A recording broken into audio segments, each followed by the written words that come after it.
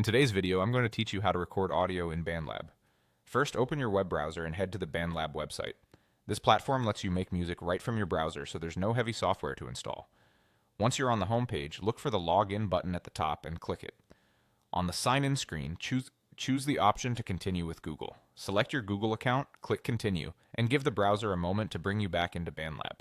If it's your first time, you may see a quick welcome or a feed. No worries, you're in the right place. From here, you'll notice BandLab's main interface with options and tools around the page. What we want is the Studio, which is where recording happens. Click Studio to open a new project space. Inside Studio, you'll be prompted to add your first track. Choose the voice/audio track option. If your browser asks for microphone permission, allow it so BandLab can capture your audio. Before you hit record, take a moment to set things up. Check that the correct microphone input is selected in the track's input settings.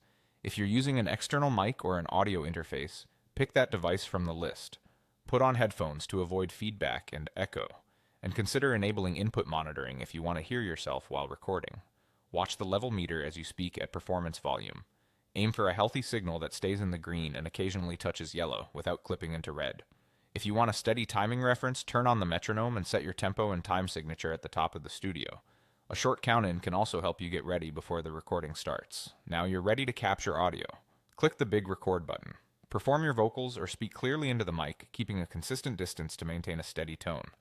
If you need to pause and try again, you can stop, reposition the playhead, and record another take on the same track or a new one. When you're done, click the red stop button. Your take is automatically saved to the project. Play it back to review, trim the edges by dragging the clip ends, and adjust the track volume or add effects like EQ, compression, or reverb from the effects panel to polish your sound. You can rename the track for organization and layer additional takes if you want harmonies or doubles. That's it, your audio is recorded and saved in BandLab. Save your project and you're ready to share, mix, or keep building your song.